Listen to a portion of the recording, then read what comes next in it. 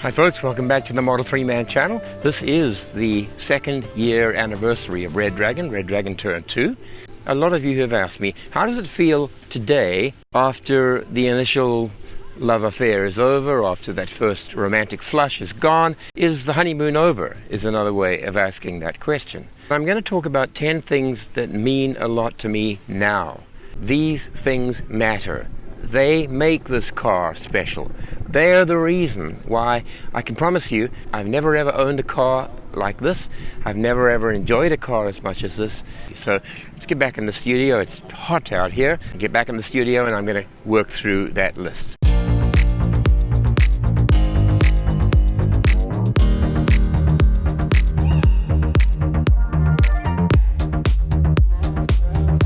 That really was hot out there at the North Shore Auto Mall. Who can complain about a lovely, warm, hot summer?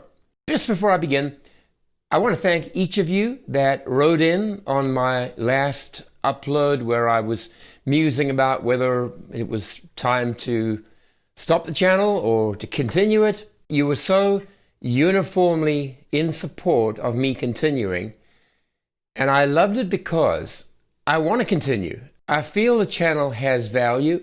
I love the interaction because I learn a lot, and I also know that I am able to share a lot. So thank you for the support. My delivery day in June 2018 has come and gone. I've now owned the car for 2 years. So what I wanted to do was just to give you some reflections and make them very brief. 10 things that I thoroughly enjoy about the car 2 years after taking possession. Here's a few things I didn't do. I did not go back and look at my 10 best reasons to buy a Tesla or a Model 3. I did not go back and look at my what's it like after a year of ownership. I wanted to come at this completely fresh. So I sat down with a cup of coffee, got distracted by the TV, got distracted by looking at the camera. But after that, I managed to pay some attention, got down onto my iPad, and I wrote out 10 reflections. Now, everyone who owns a Model 3 knows that there are many more things than just 10. So I've got a list of honorary mentions. Here are some things that didn't make it to the list. For example, the very cool phone app. I love the all-glass roof.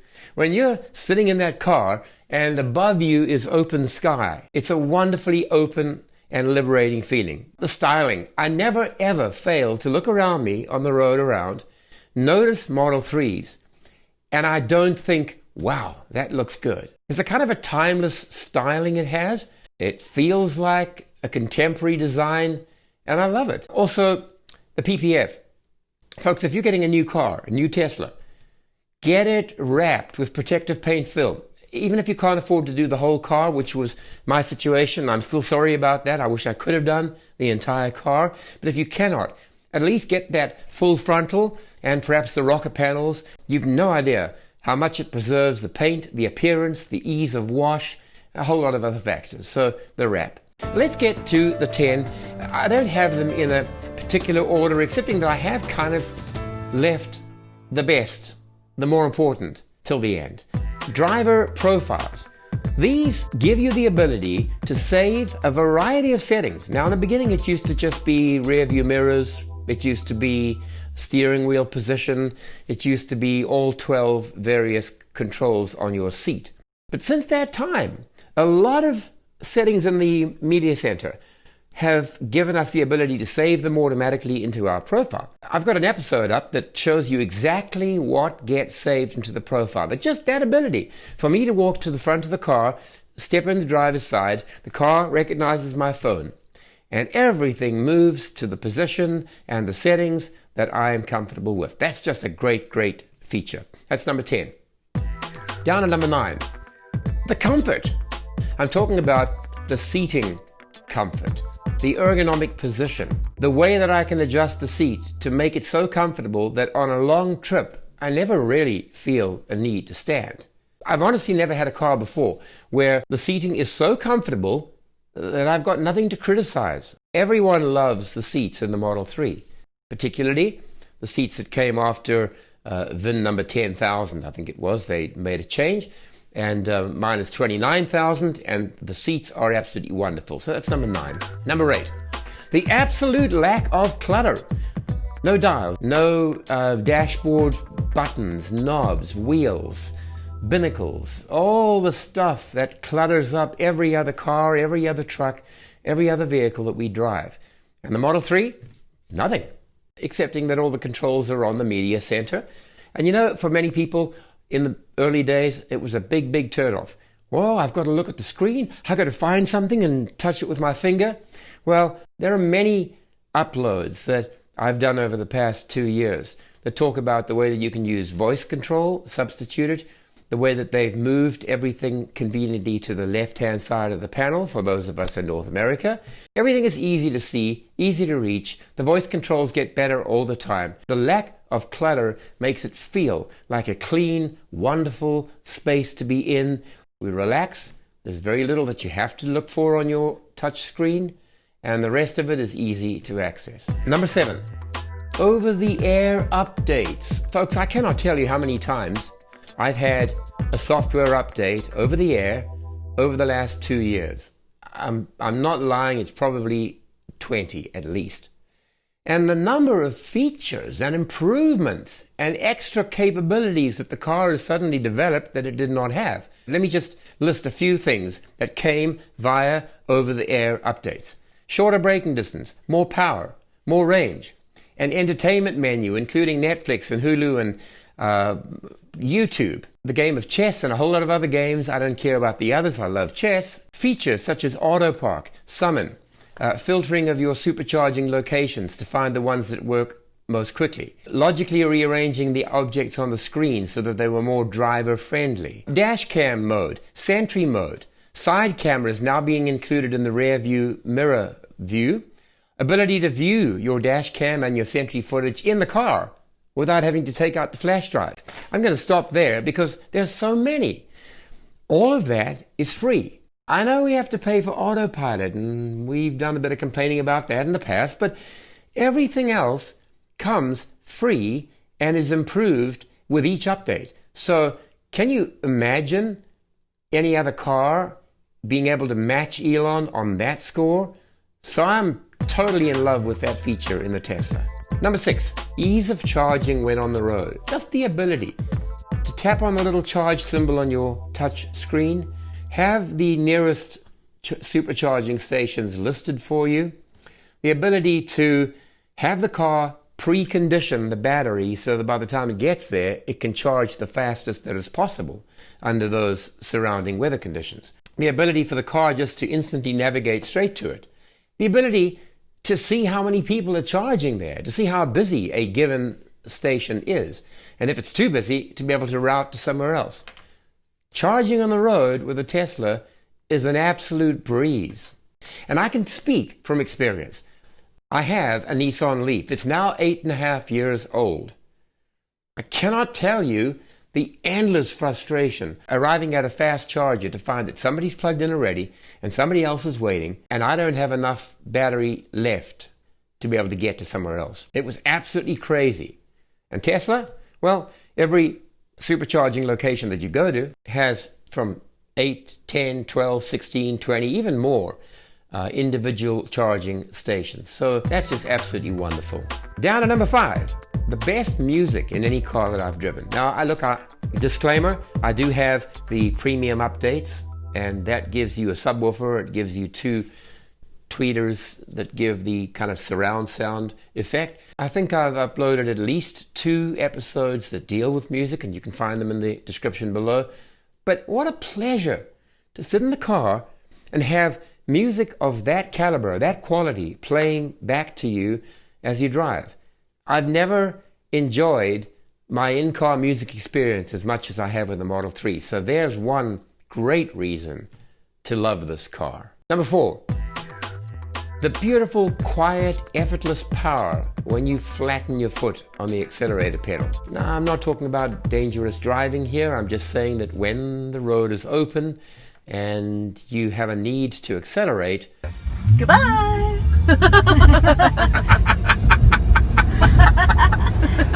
Oh, I know. It never gets old. I never get tired of that fantastic feel when the whole car just leaps forward. The only thing I get tired of is Janine saying each and every time, you gotta warn me in advance. My head snaps back and hits the seat. And I take that as a compliment. for the car. It's just fun. And here's the thing. In your combustion engine, as the cylinders and the pistons get carboned up, performance deteriorates over time. And all of these things diminish the power of the engine. But with an electric motor, it works or it doesn't work. The power doesn't change over the years, and we still have that same beautiful, powerful experience. Number 3, the very, very minimal maintenance that you have to do on your car. Think about it. Yeah, you'll rotate the tires every now and then. You'll replace the tires. Often, if you end up accelerating like a crazy person, you'll have to replace wiper blades. You'll have to put windshield washer fluid in the reservoir. Okay, but those are things that no car could possibly eliminate. But when it comes to maintenance on the car, well, there really, practically speaking, isn't anything. I've got an episode that talks about the maintenance that you have to perform on your Model 3. Go check that out. It's almost nothing. We are so privileged. We don't have spark plugs and head gaskets and cylinders. We don't have leaky oil. We don't have transmissions that blow. We don't have drive belts that have to be replaced. We do replace the cabin air filter. That's true. Freedom from maintenance. Freedom from ongoing costs. Buy the car, it costs you more. Run the car, it costs you much, much less. Number 2, the one that to me, when I'm driving, is probably the most fun. Regenerative braking. Regenerative braking, for those of you who are newbies to the channel or newbies to the concept of electric cars, does the following. 1, lifting your foot off the accelerator. It will slow the car down. In Teslas, coming even to a complete, absolute stop. So, lift your foot at the accelerator, no need to move across to the brake, the car just slows down. Number 2, lifting your foot at the accelerator, say for example traveling down a long steep hill, adds power back into the battery. It recharges the battery. You were using power to get up the hill, but now you're able to regain some of that power, capture it back into the battery for use later on in the trip. To me, the most fantastic part is the way it slows the car down, and you can practice what amounts to true one-pedal driving if you anticipate properly. One-pedal driving. Lift your foot. Control your speed. Control how fast you approach the intersection or the traffic lights. You have a setting that allows you to come to a complete stop when lifting your foot off the accelerator. So I love regenerative braking. It's changed driving for me. It's a whole lot of fun to use it. And finally, number 1. You know what I'm going to say. Autopilot. The ability of the car to auto steer, to perform traffic-aware cruise control, and now with the advent of full self-driving approaching and getting a lot closer, the ability to detect traffic lights, stop signs, street officers holding stop signs. All of them are now being detected by the car and can be acted on by the car. So we're in an exciting time. We may have had a long debate about whether we'll ever get completely full self-driving, and we have different opinions on that, and everyone does, but none of us don't believe that Elon will not get it to at least 98-99%, and that the car will be absolutely amazing under 99% of road conditions. It takes the stress out of driving. It makes driving more accurate. It's safer. The car is much more observant. It doesn't get tired. It doesn't go to sleep. It's always on the lookout. 8 cameras, 12 sensors, 1 radar unit. All of that together combined with hardware 3.0, which is what's being retrofitted into cars now that are paying for full self-driving. By the way, all new Teslas come with the hardware 3.0. Tesla is miles ahead of the opposition in this particular feature. And I'm telling you this, that when you go out for a long drive, 3, 4, 5 hours, 6 hours, the ability to let the car do all of the manual work, the concentration work. We don't take our eyes off the road. We have our hand on the wheel, or at least repeatedly putting it back on the wheel. None of that changes, but it's a lot more relaxing and restful to let the car do all of the finer details with regard to keeping in the middle of the lane, changing lanes when needed, being observant about when our exit is coming up, than it is for us to have to do that on a long drive. If you own a Tesla already, you'll know this to be true. Autopilot is the greatest thing for long trip driving. Most people are not that sure about city driving and local driving yet, but when full self-driving conquers our local environment, I think they'll be just as excited about that. And it's become so reliable, and with every over-the-air update, it gets better over time. So there we are, 10 features that I'm still in love with, that I still think are just as important. And so if you're weighing up whether or not to get a Tesla, don't weigh it up. If you're thinking of EVs, electric cars, don't think of any other brand. Now, there might be practical reasons why you might have to. It might be financial, it might be some other feature. But if you're looking at things in balance and overall, Tesla has all of the important features, and many of them are completely lacking and absent, completely missing in other electric vehicles. So that's it for today. I'm still in love. It's 2 years later. I still absolutely think that the car is great. So thank you again for supporting this channel. Thank you for all of your assistance and your help and your comments. Thank you for those who use my referral code when they buy a new Tesla. It helps the channel, it helps me. And if you are buying one, don't forget to use a referral code. Whether it's mine or not is irrelevant, but use one to get some free supercharging. Those who've been donating to PayPal, I thank you personally, and I just want to tell you how much of a difference it makes just in order to be able to get pieces of equipment that are necessary for creating and uploading content. What you're donating helps me to be able to do that. Thanks again. We'll see you soon in the next episode, and thanks for watching the channel. Bye for now.